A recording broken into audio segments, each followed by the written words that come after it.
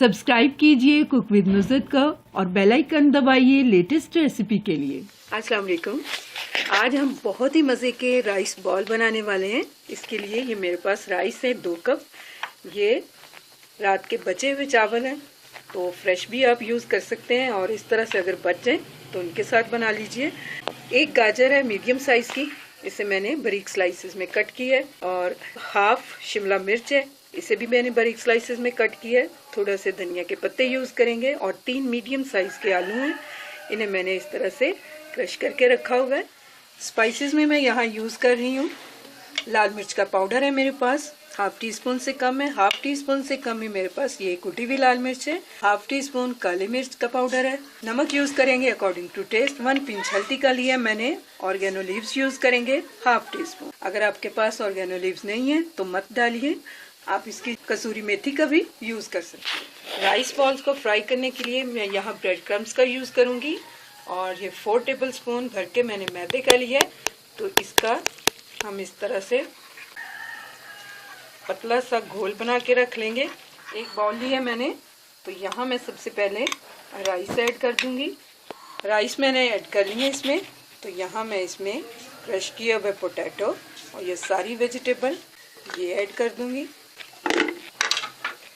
सारे स्पाइसेस हम डाल देंगे, अच्छी तरह से हम इसे मिक्स कर लेंगे। बैटर हमारा रेडी हो चुका है बॉल्स तैयार करने के लिए। इस तरह से हम गोल गोल घुमाते हुए, दोनों हाथों का यूज़ कर लें तो ज़्यादा बेस्ट है। बॉल रेडी कर लेंगे।